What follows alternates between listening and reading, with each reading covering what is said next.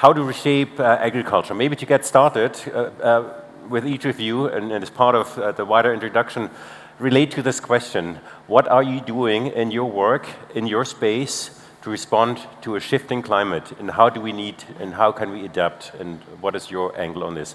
Maybe Dr. Lingnau, we can start with you. With pleasure. Good afternoon. My name is Hildegard. I'm the Executive Secretary of the Global Forum on Agricultural Research and Innovation. We just changed our name to officially also acknowledge innovation to GFAiR. And we moved from FAO to CGIAR because what we are doing is connecting the national agricultural researchers with international agricultural research. And that's why we were happy to accept the hosting offer of the CGIAR Consultative Group on International Agricultural Research based in Montpellier. We still have an office in Italy, in Rome as well. We are a forum, a network of networks, a global forum based on, or the apex organization of 6 regional fora of agricultural research and innovation.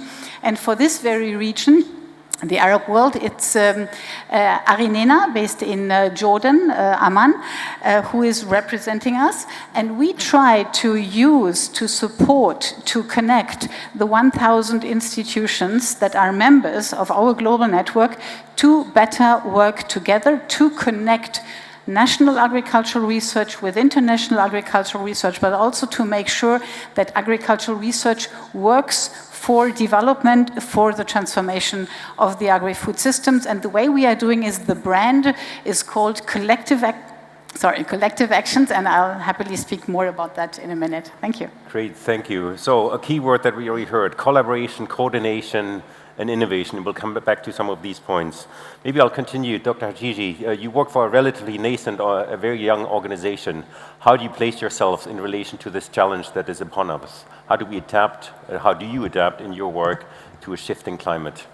Yeah, thank you so much. So I'm the program manager responsible for smart agriculture on the Islamic Organization for Food Security as an specialized organization under the OIC. Our organization is deeply promoting food security in our member states. We have now 41 member states from the 3 continents. Of course, climate change is one of the most challenges that we are facing in the past. Now, I hope it will be not in the future, and attacking food systems, agriculture in general. We have a program related to climate smart agriculture. This program is covering a lot of things. It's not only related to one step. It's a concept that we can use for the genes, and the panel, the previous panel was discussing about that. And AIFE is establishing the gene bank in the Almaty, in the south of Kazakhstan, and it will be for all OIC member states. And also, when we talk about climate smart agriculture, is varieties, how we can create the varieties that can be used in all our member states. And we have also to think about crops, about regional things. We have North of Africa is not same as Sahel region, and is not same as Central Asia. We have specific crops, and we have specific weather, and we have to keep crops in the same region with these things.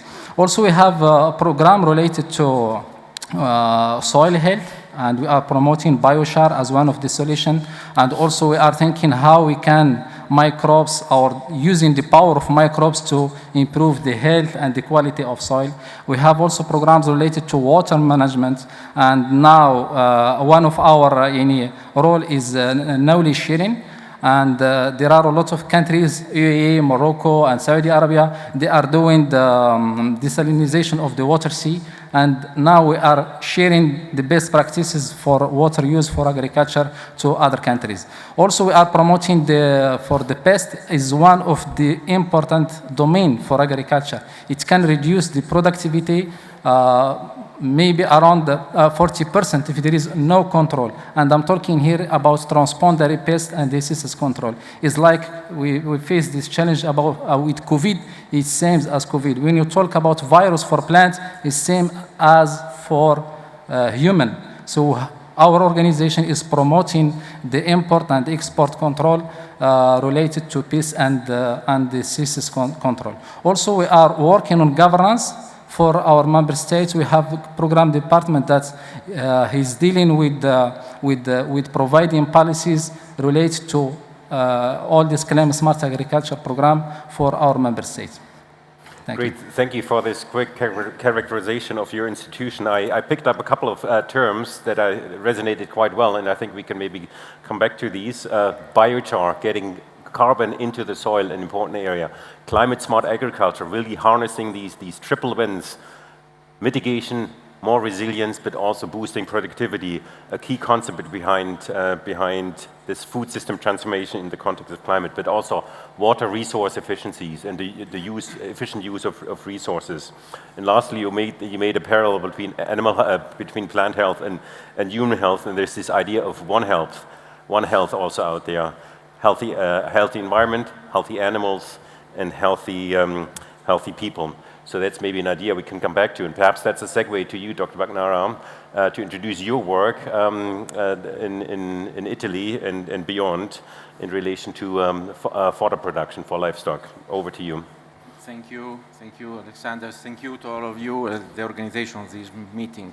Well, you already mentioned our work when you mentioned health, environmental, health, animal, and good food.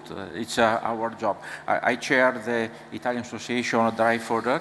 That means that about 27 companies. We farm about 90,000 hectares in Italy, and we export about 50% around the world, in this area, in this region of the world, in Asia, and so on.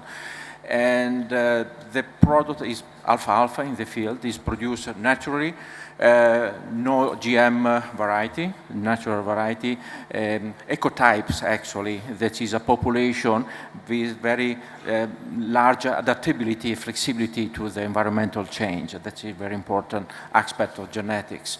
And no irrigation, that means the soil is farmed in a very natural way. That is very important.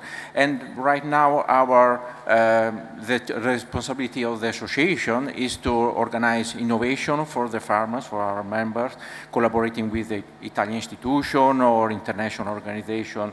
My family farm, we belong to your, and we are partners, and so we are very glad to collaborate with this scenario, because agriculture, when we talk about agriculture, we talk about policy for each country, but actually agriculture has no border. We talk about the world, and especially when we deal with the environmental issue. And so what our challenge is to embed the quality of our soil or our environment into the product, and then provide good feed for the animal. And if the animal are raised with good welfare, means also good food in our table. I used to provide an example. The main product in Italy, well known in the world, is Parmesan cheese. It's the ambassador of our quality standards. Our feed is the backstage of these standards of quality. That means we have to work together. You provide in your presentation very nice. You put the work of different stakeholders, institution, finance, and so on. As an association, we need to integrate all these stakeholders in order to provide a good governance of the value chain. Thank you. Great, thank you. And as an Italian, of course, you speak with authority when you speak about food. And food we had over lunch, and that's how we all got to know each other. And in fact, Dr. Schmidhuber, your venture that you described to me over lunch, I found quite intriguing. You have, of course, a very broad and deep background working internationally and in different organizations. But tell us about that venture that you're currently involved in and how that is transforming the food system. Yeah, thank you very much. And actually, it probably sounds like starting with a commercial break. Let me briefly present Pure Harvest. Many of you, if you are actually from the UAE, you know our produce, right? If you go to Spinach, to Carrefour, and more recently to Lulu and to Co-op, you see our produce there. It quite often takes 50 up to 60% of the value share. So Pure Harvest is everywhere. We are now a leading fruits and vegetable producer. It's not only our tomatoes, our bell peppers, our leafy greens, our spinaches, and more recently also the various berries, the strawberries, the raspberries, the blackberries, etc., etc. So here we are actually an established food producer in this environment. Now, how are we adapting to climate change, and how are we preparing for climate change. I think it is fair to say that the founders of Pure Harvest created the company against the background that this food system here, and it was perfectly described in the previous session. It's an arid food system, basically producing with very limited water resources, no fertile soil. That system needs to be prepared for climate change and needs to be prepared for the 21st century. So they knew this is possible, and they knew that there are technologies. And so what did they do? They identified the technologies that are necessary to overcome all these, the lack of natural growing environments, so the lack of temperate temperatures, the lack of water, the lack of whatever we actually don't hear, fertile soil here, and replace it with technology packages. And of course, as we are a private company, we build a moat around this, a walled garden around this, but then also develop these technologies at different levels of technologies, high-tech, mid-tech, low-tech. So it's not so that we think that it's only high-tech, as it was alluded to in the previous panel. We do have different levels of technology. And going forward, we think that given the fact that we have different levels of technologies, and given the fact that actually these technologies are applicable to other products, as we actually see it, so we see controlled environment agricultural production, even in fisheries called RAS, so recirculating aquaculture systems, but it's also in mushrooms, it's in microherbs, it's in dairy and beef, and it has always been there. It's in poultry, even in non-confined poultry production, organic production, etc., etc. And they all use many of the technologies that we are developing or have been developing. So going forward, and for me this is the unique selling point, and it's not necessarily food security. The unique selling point of Pure Harvest is that we are a contributor to climate change adaptation. So the technology packages have been created at different levels of technology will be available for other areas. And there are many other areas that are not as hardly affected, as strongly affected as UAE as far as climate change is concerned. Sort of the semi-arid areas of today will be the arid areas of the future. And for these areas, we are actually developing technologies. So in a way, that's also the creation of a public good from Pure Harvest. So key selling point, we are developing the technologies that are required under climate change. So great points there, and a demonstration of the implication of technology, but also to be smart of taking the production to an environment that is perhaps not traditionally or historically suited for that, but also doing that in a climate-smart manner, not generating more emissions, for instance, by using renewable energy in your production system, which is an important feature that stood out to me earlier. Using this as a segue to another theme we want to discuss, this importance of innovation, really innovating across the food value chain, and we just heard some examples. Let's spend a bit more time on this, and maybe Dr. Hajjaji, shifting the order a little bit. In your world, you made some reference to some of the key innovations that you're working on and that you try to bring to your countries, the countries that you're working with. But reflect on the importance of innovation and how you try to promote it, and innovation in the widest sense, not just technology, digital technology, but also institutional innovation, maybe financial innovation, or innovative ways to collaborate. Yeah, thank you so much for this important question. In our case, it's not easy, because in the Islamic countries, is around 80% are rural.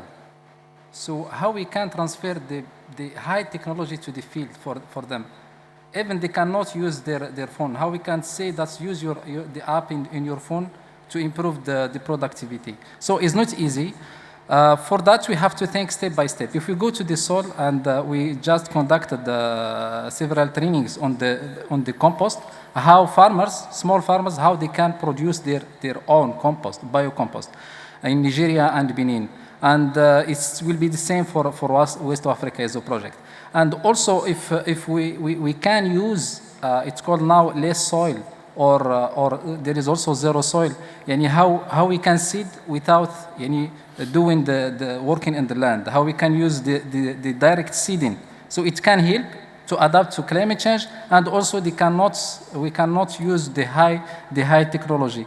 Also, we are not a research institution, but we work with research universities and also with the institutes under the ministries of agriculture in each country, and we work to use their result to share them with our member states, with our small farms that say, if you allow me, I will take your role as moderator to ask our colleague how we can transfer the high technology to the field for the small farmers. So this is one of our challenges. So we can work with big, we have 20%, we have to do with them. The export, we need them. But what we can do with the small farmers? Maybe that's a good point to kick it to you, Dr. Lingnau. Yes, how do we reach farmers with new technologies and new innovations? That's, I'm very grateful to the two speakers for highlighting this point. Yes, it can be done, and it's happening. Before joining the Global Forum on Agricultural Research and Innovation, I used to be with WFP in Palestine, and I can assure you, yes, even in these countries, even in the Arab world, even in arid settings, even in a country suffering from so many more difficulties as Palestine is doing. It did at that time, it's even worse, much worse now.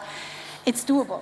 And it's doable when you work with local researchers and the people on the ground. Innovation, and we did a survey on innovation among our members, so more than 1,000 institutions from 13 different constituencies. And we did the same survey that FAO used to do about what is the biggest innovations.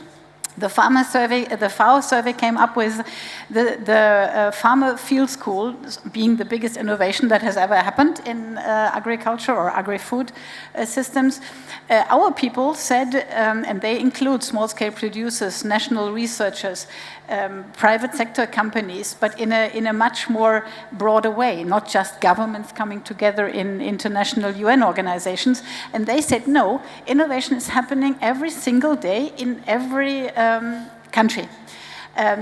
Innovation, by definition, is a solution to a problem. And people in these countries face, in the global south at large, face many more challenges than we do in northern countries or in beautiful country like our host country here now.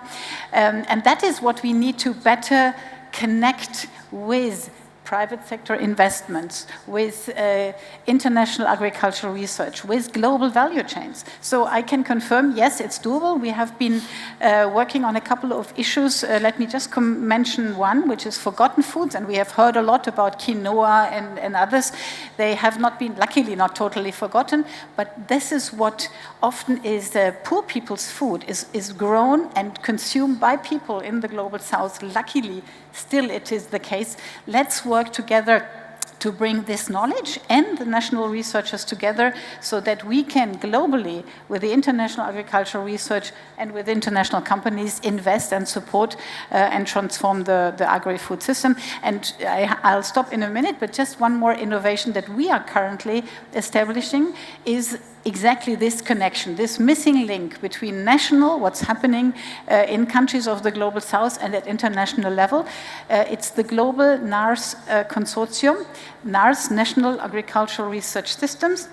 The Global NARS Consortium, I have a flyer for you if you want to look it up, or just scan the barcode. We will launch it at the GFAiR, Consultative Group on International Agricultural Research Science Week, now supposed to happen in the second week of April next year in Nairobi. Please join the initiative and come to speak with me. Let us jointly do this early next year.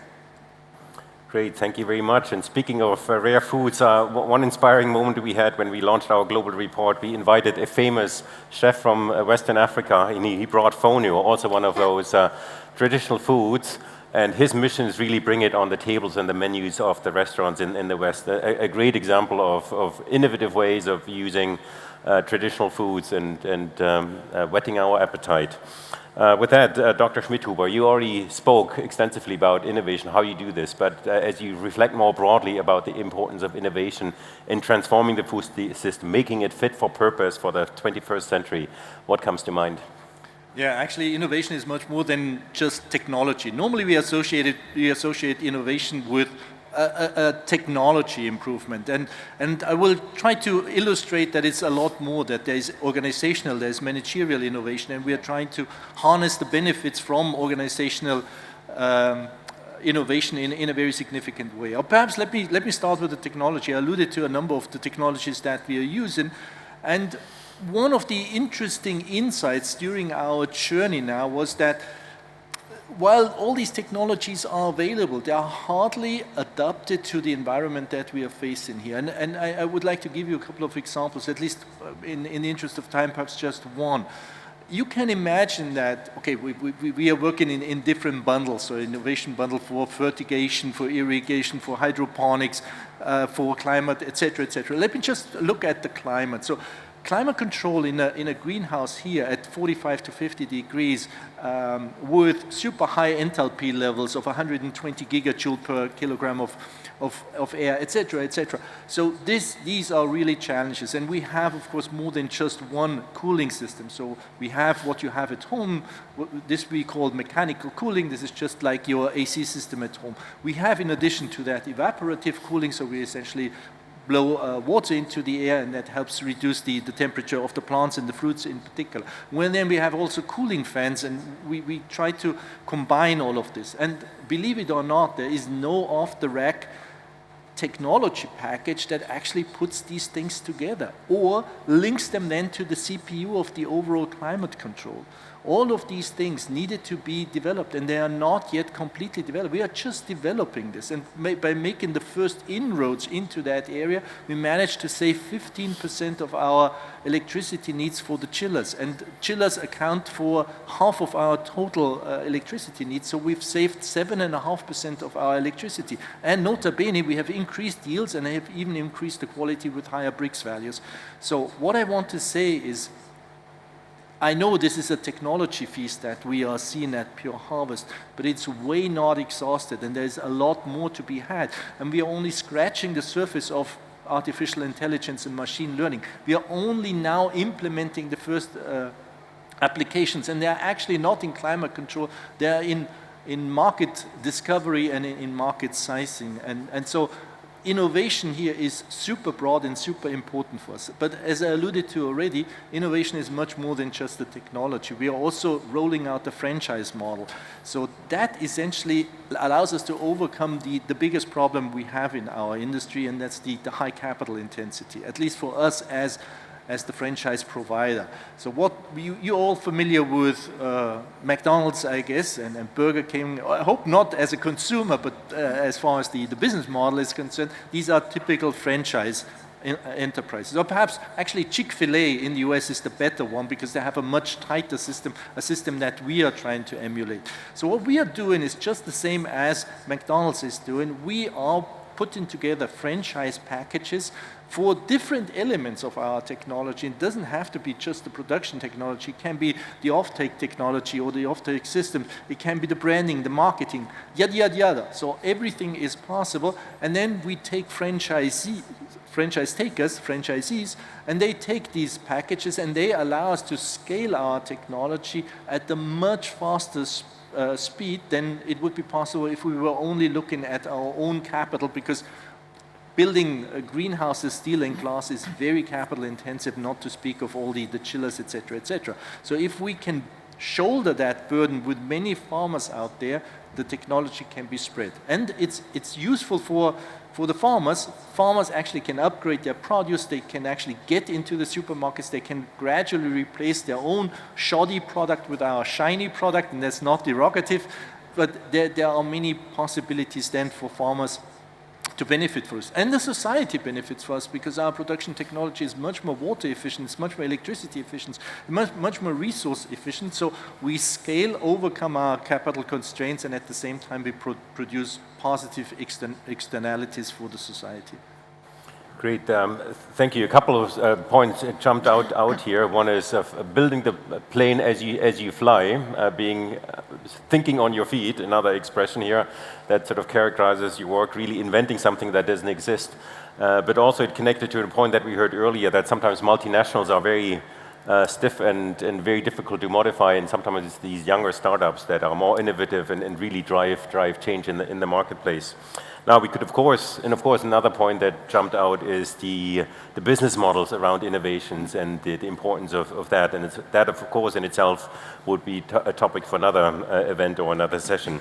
With that, rather than continuing on innovation, Dr. Bagnara, let's shift to another topic that we wanted to focus on, and let's zoom out a little bit. The enabling environment. I introduced the idea earlier in my presentation. You need institutions, you need markets, you need the right incentives through public policies. How does it all come together for you? That's the real challenge. We have to work every day. Well, all these comments from my colleague remind me, I was a young researcher, finishing PhD, and a full professor in the board, Professor Werner Rutan from Minnesota, in the board of my PhD, finishing the program said, well, actually, we don't need fancy research, fancy paper. We need useful research. And I'm going to retire, so now it's your turn, he said. And that is true, it's true, even because we have a very high level research in academics around the world, everywhere, even in third countries, everywhere. The problem is how to use this kind of innovation. And unfortunately, also the communication press, they focus on just what is strange, not what is useful. And so the real challenge is to start from what is natural in the field, and is that our activity, we farm alfalfa that is natural in our area, in the Mediterranean area. That is the starting point.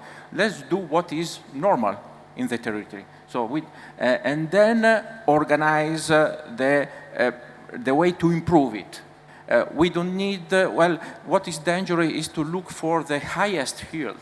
We need to have the highest average yield every year, because due to the climate change or many other situations, we have up and down, very variability, and the variability of production is higher when the production is higher. And you have up and down. So that it's a different approach to have research and innovation in the field. So we need to restore also the on-farm experimentation.